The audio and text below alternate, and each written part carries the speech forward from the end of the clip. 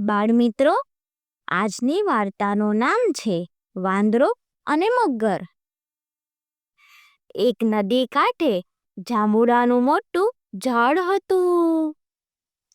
જાંબુડાના ઝાડ પર દરરોજ એક વાંદરો જાંબુ ખાવા આવતો. નદીના ઊંડા પાણીમાં એક મોટો મગર રહેતો હતો. વાંદરા અને મગરની ભાઈબંધી થઈ. વાંદરો રોજ રોજ મગરને પાકા જાંબુ ખવડાવે.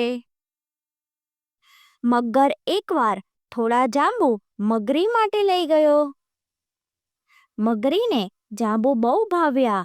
મગરી જાંબુ ખાતા ખાતા મગરને કહે, રોજ આવા મીઠા જાંબુ ખાનાર વાંદરાનું કાળજું કેવું મીઠું હશે.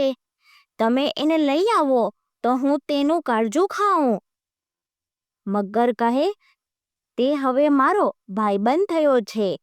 ભાઈબંધ સાથે મારાથી દગો કેમ થાય? મગરીએ જીદ કરી કહ્યું, જો તમે કાળજું નહીં લાવી આપો તો હું મારો જીવ આપી દઈશ. ના છૂટકે મગર વાંદરાને મગરી પાસે લાવવા તૈયાર થયો. બીજે દિવસે મગર જાંબુડાના ઝાડ નીચે આવ્યો. વાંદરાએ આપેલા મીઠા જાંબુ ખાધા. પછી મગર બોલ્યો, વાંદરાભાઈ, મારી મગરી તમને ઘરે જમવા માટે બોલાવે છે. મારી પીઠ પર બેસી જાઓ અને મારા મહેમાન થાઓ. વાહ, ચાલો, તમારો આટલો પ્રેમ છે તો ના કેમ પડાય?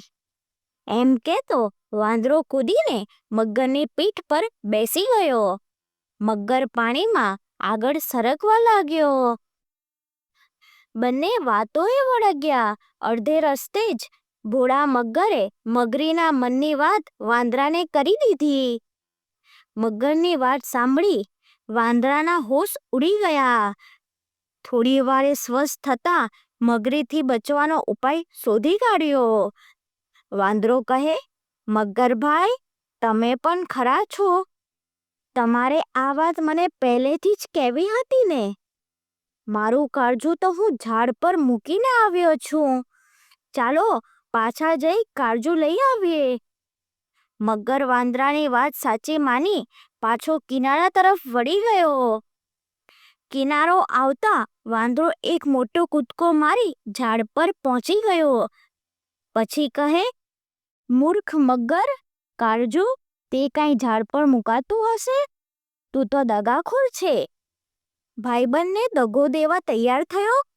જા, હવે કદી જાંબુ ખાવા મારી પાસે આવતો નહીં. અને મારે પણ જાંબુ ખાવા નથી. એમ કહી વાંદરો ત્યાંથી બીજે રહેવા જતો રહ્યો.